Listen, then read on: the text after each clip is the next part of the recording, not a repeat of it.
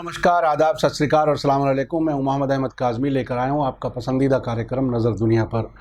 आज media star world का ये एपिसोड काफ़ी अहम और अलग किस्म का है, जिससे आपको मालूम होगा कि अमेरिका दुनिया भर में अपने मुखालिफ सरकारों के ख़िलाफ़ किस तरह से तख्ता पलट की कोशिश करता है और किस हद तक इस कोशिश में रहता है कि दुनिया भर में उसकी पसंद की पिट्ठू सरकारें हों, ताकि उन मुल्कों के नेचुरल रिसोर्सेज को ज़्यादा से ज़्यादा लूटा जा सके और अलग अलग मुल्कों के बीच दुश्मनी भी बनाए रखे, ताकि उसके हथियार भी बिकते रहें। यानी हर तरह से दुनिया भर की दौलत वो अपनी तिजोरियों में भरना चाहता है, चाहे इसकी वजह से दुनिया के लोगों को पेट भर खाना भी मिले या नहीं। इस हफ्ते में दो ऐसे मुल्कों से तख्ता पलट की कोशिशों की रिपोर्टें आई हैं जहां अमेरिका के पसंद के फैसले नहीं होते और वो मुल्क या तो रूस के नज़दीक समझे जाते हैं या ईरान के नज़दीक। जी हाँ, मैं बात कर रहा हूँ साउथ अमेरिका के मुल्क वेनेजुएला की और मिडिल ईस्ट के मुल्क कतर की। दोनों जगह बताया जा रहा है कि साजिशें नाकाम हो गई हैं। खबर में आगे बढ़ने से पहले आपसे गुजारिश है कि अगर आप यूट्यूब पर देख रहे हैं तो सब्सक्राइब कर लें और घंटी दबाना ना भूलें, और अगर फेसबुक पर देख रहे हैं तो हमारा पेज फॉलो कर लें और लाइक ज़रूर करें, ताकि आपको हमारी हर एक वीडियो की खबर सही वक्त पर मिल सके। और अगर आपको हमारी खबर सच्ची और अच्छी लगे तो अपने व्हाट्सएप ग्रुप, फेसबुक, इंस्टाग्राम और ट्विटर अकाउंट पर ज़रूर शेयर करें, ताकि मीडिया स्टार वर्ल्ड की खबरें दुनिया भर तक पहुंच सकें। खबर यह है कि अमेरिका के ज़रिए वेनेजुएला में भेजे गए कुछ लोग गिरफ्तार किए गए हैं, जिन्हें वहां के राष्ट्रपति निकोलस मदुरो को अगवा करके अमेरिका पहुंचाने का काम सौंपा गया था।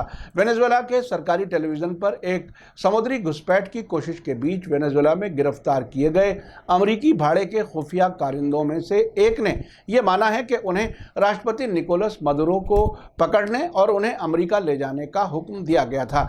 वेडनेसडे को वेनेजुएला के सरकारी टीवी के जरिए ब्रॉडकास्ट किए गए एक वीडियो में हिरासत में लिए गए अमेरिकी शहरी ल्यूक डेनमैन ने कहा कि वेनेजुएला में उनका मिशन काराकास हवाई अड्डे पर कंट्रोल हासिल करना था, ताकि उनकी टीम प्रेसिडेंट निकोलस मदुरो को अमेरिका ले जाने के लिए एक हवाई जहाज इस एयरपोर्ट पर ला सके। डेनमैन ने हालांकि ये नहीं बताया कि उनकी टीम वेनेजुएला के राष्ट्रपति को कैसे पकड़ने का प्लान रखती थी। 34 बरस का ये अमेरिकी नागरिक भाड़े पर तोड़फोड़ का काम करने वाले एक अमेरिकी ग्रुप का हिस्सा था, जो एक सिक्योरिटी एजेंसी के जरिए कराया जा रहा था। इन लोगों ने संडे को सुबह होने से पहले किश्तियों पर सवार होकर वेनेजुएला के उत्तरी सूबे ला गुआरा में घुसपैठ करने की कोशिश की थी, लेकिन वेनेजुएला के फौजियों ने हमले को नाकाम कर दिया। ये हमला कोलंबिया से शुरू किया गया था।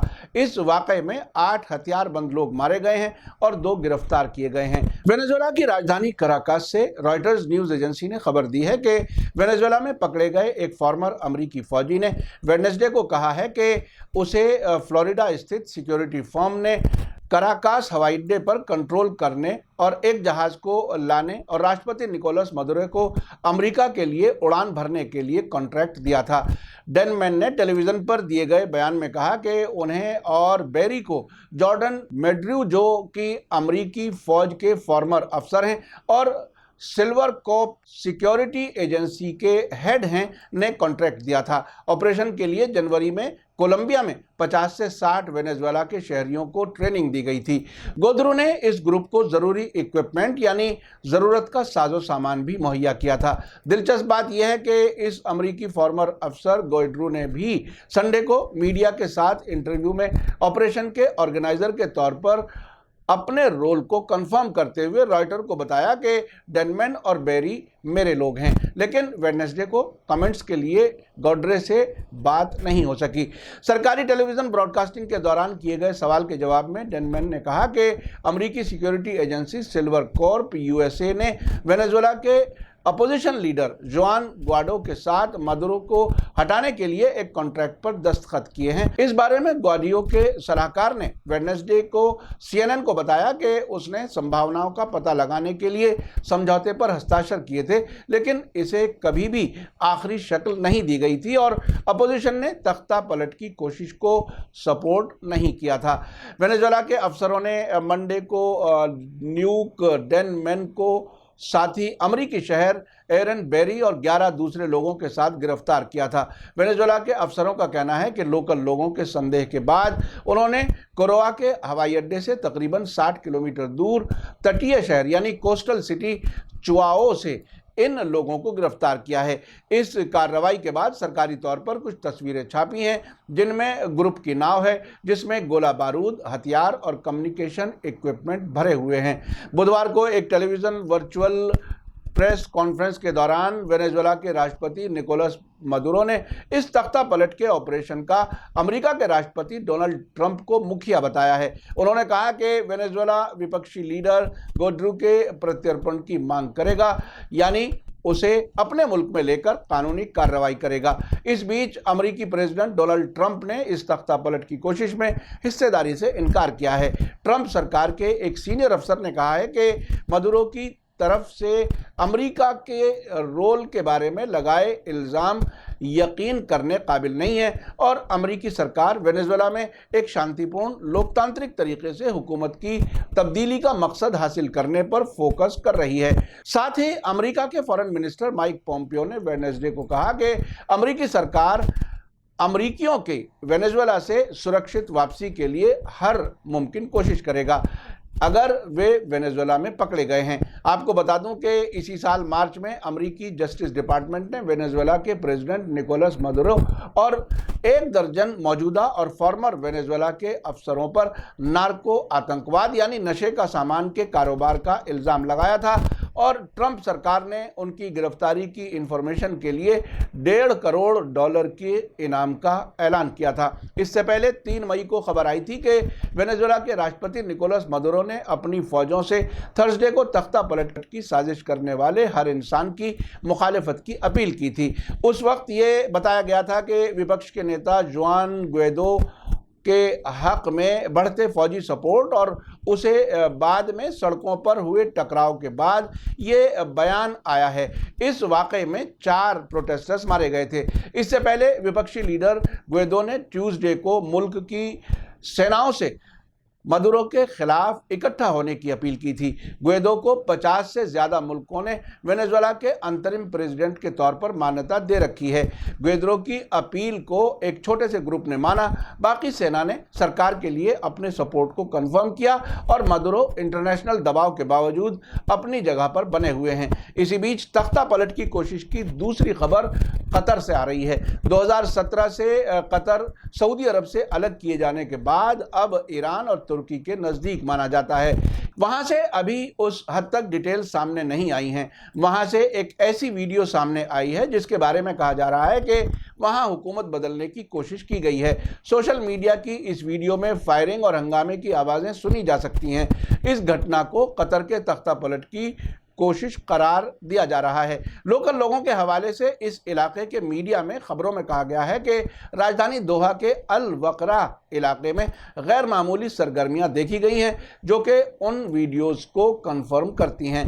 कहा जा रहा है कि कतर के former prime minister Sheikh Hamad bin Jassim तख्ता पलट की इस कोशिश को लीड कर रहे थे।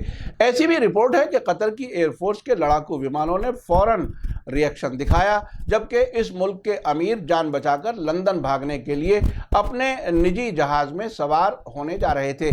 इस रिपोर्ट के बाद सऊदी गजट ने एक आर्टिकल में दावा किया है कि शाही खानदान के एक मेंबर शेख मुबारक बिन खलीफा अल सानी ने अमीर शेख तमीम अल सानी से हुकूमत से अलग होने के लिए कहा है।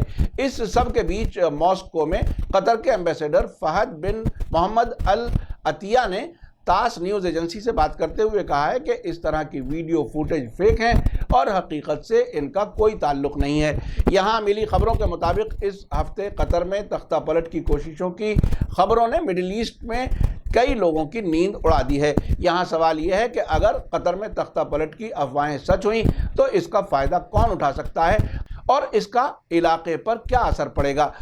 आपको याद होगा कि सऊदी अरब की लीडरशिप में यूनाइटेड अरब एमिरेट्स, बहरीन और मिस्र ने जून 2017 में कतर से सभी किस्म के ताल्लुकात ख़त्म कर दिए थे। इन मुल्कों का कतर पर दबाव था कि वो तुर्की और ईरान से ताल्लुकात ख़त्म करें।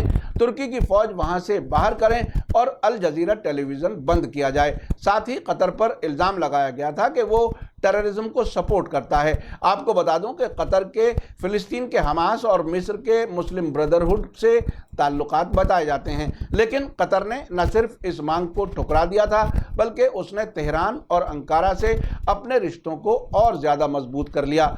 इसीलिए कतर में अमेरिका का सबसे बड़ा सैनिक अड्डा होने के बावजूद वाशिंगटन की भी यही ख्वाहिश है कि कतर में हुकूमत बदल जाए ताकि दोहा भी सऊदी अरब और दूसरे मित्र देशों की तरह पूरी तरह से उसके हुक्म पर अमल बजा लाए। आपने देखा कि अमेरिका किस तरह से अपने मुखालिफों की हुकूमतें ख़त्म करने के प्लान बनाता है।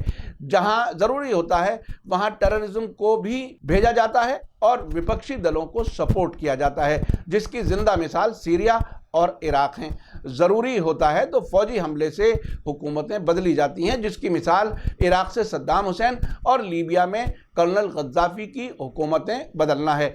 ईरान में भी 1980 से हुकूमत बदलने की कोशिश होती रही है, जिसके लिए 8 साल तक इराक के ज़रिए थोपी गई जंग भी शामिल थी। अब वेनेजुएला और कतर में हुकूमत बदलने की कोशिशें भी इसी पॉलिसी का हिस्सा हो सकती हैं। इसी के साथ मुझे दीजिए इजाज़त।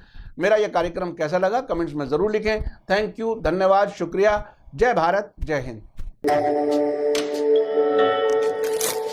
मीडिया स्टार वर्ल्ड के और वीडियो देखने के लिए हमारे चैनल को सब्सक्राइब करें और सीधे नोटिफिकेशन पाने के लिए बेल आइकन दबाएं।